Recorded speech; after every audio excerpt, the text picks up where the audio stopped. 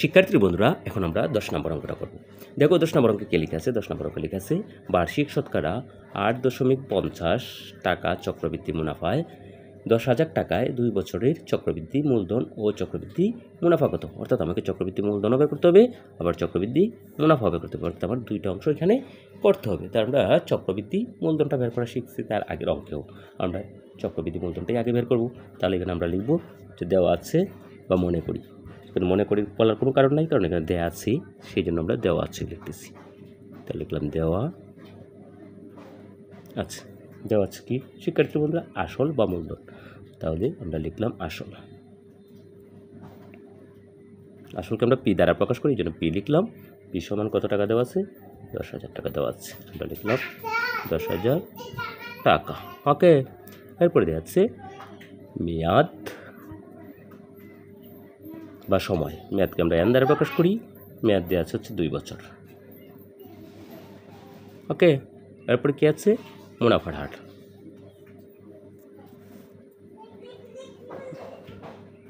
মুনাফার হার, মুনাফার হারকে আমরা কি দ্বারা প্রকাশ করি? 8 দ্বারা প্রকাশ করি। তো মুনাফার হার দেওয়া আছে হচ্ছে 8.50%। আর এটার মানে কি? এটার মানে হচ্ছে 100 ভাগের 8.50। আর এইটার কেউ আমরা বলতে পারি হচ্ছে 0.085, এটা বলতে পারি 0.085। ওকে, এইটুকু আমরা বলে দিলাম। এখন আমরা লিখি শিক্ষার্থী বন্ধুরা, আমরা জানি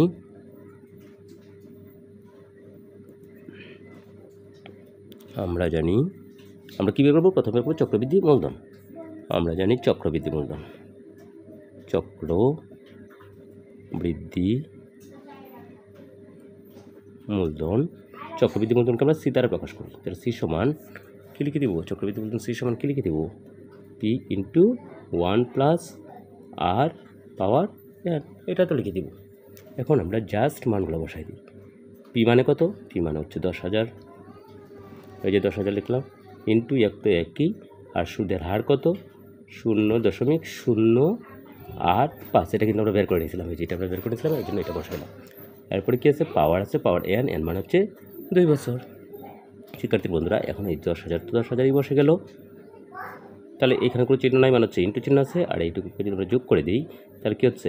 1.085 হচ্ছে। আর এটার পাওয়ার কত হচ্ছে? 2। তাহলে আমরা 2 দিয়ে দিলাম। এখন শিক্ষার্থী বন্ধুরা 10,000 10,000 লিখে দিব। এই যে 10,000 10,000 লিখে দিলাম, গুণ এইটুকুর মানে কি আছে? স্কোয়ার। কোনো কিছুর উপর স্কোয়ারে থাকা মানে এটা 2 বার গুণ করা। তাহলে আমরা এটা 2 বার গুণ করে দেখে নিব। তাহলে 2 বার যদি গুণ করে দেখে কী ছিল? 1.085। তাহলে যদি আমি 2 বার গুণ করি, তাহলে আমি 2 বার গুণ করে দিলাম। 2 বার গুণ করলে ফল বের হচ্ছে 1.17725। আমরা মানে যতটুকু বেরোচ্ছে একবার সবটুকুই আমরা এখানে বসাই দিলাম। এখন শিক্ষার্থী বন্ধুরা কী করবো? এখন হচ্ছে এইটুকু দিয়ে এইটুকুকে গুণ হয়ে যাবে। তাহলে 10,000 দিয়ে যদি আমরা এটুকুকে গুণ করি, আমরা গুণ করে একটু বসাই দিই, তাহলে গুণ 10,000 দিয়ে দিলাম শিক্ষার্থী বন্ধুরা। তাহলে যদি 10,000 গুণ দিয়ে দিই, তাহলে আমাদের ফলটা যেটা বেরোয় সেটা বেরোচ্ছে 11,772.25।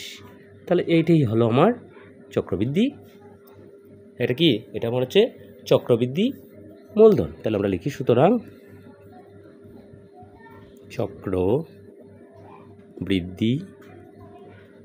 মূলধন সি সমান 11,772.25 টাকা। এটা হচ্ছে চক্রবৃদ্ধি মূলধন বের করছে। কিন্তু শিক্ষার্থী বন্ধুরা আমাদেরকে বলছিল চক্রবৃদ্ধি মুনাফাও বের করার জন্য। তো এখন আমরা আবার লিখব, আমরা জানি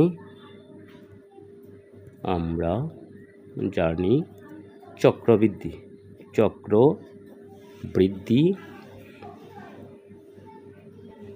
মুনাফা সমান চক্রবৃদ্ধি মুনাফা সমান কি? চক্রবৃদ্ধি মুনাফা সমান হচ্ছে আমরা লিখতে পারি হচ্ছে চক্রবৃদ্ধি মূলধন বি মূলধন, অর্থাৎ সি মাইনাস পি লিখতে পারি শিক্ষার্থীর বন্ধুরা। কেন সি মাইনাস পি লিখতে পারি? সি তো হচ্ছে চক্রবৃদ্ধি মূলধন, আর পি কি? পি হচ্ছে আসল। তাহলে চক্রবৃদ্ধি মূলধন থেকে আসল যদি আমরা বাদ দিয়ে দিই, তাহলে আমরা চক্রবৃদ্ধি মুনাফাটা পেয়ে যাব। তাহলে চক্রবৃদ্ধি মূলধন কত আমার? 11,772.25 25 বিগ চক। আর আসল কত ছিল? আসল ছিল হচ্ছে 10,000। এটা টাকা লিখে দিব এখানে আমরা।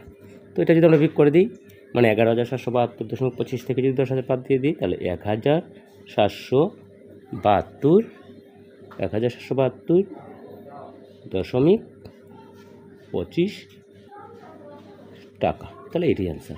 তো শিক্ষার্থী বন্ধুরা, আমাদের উত্তর হয়ে গেল।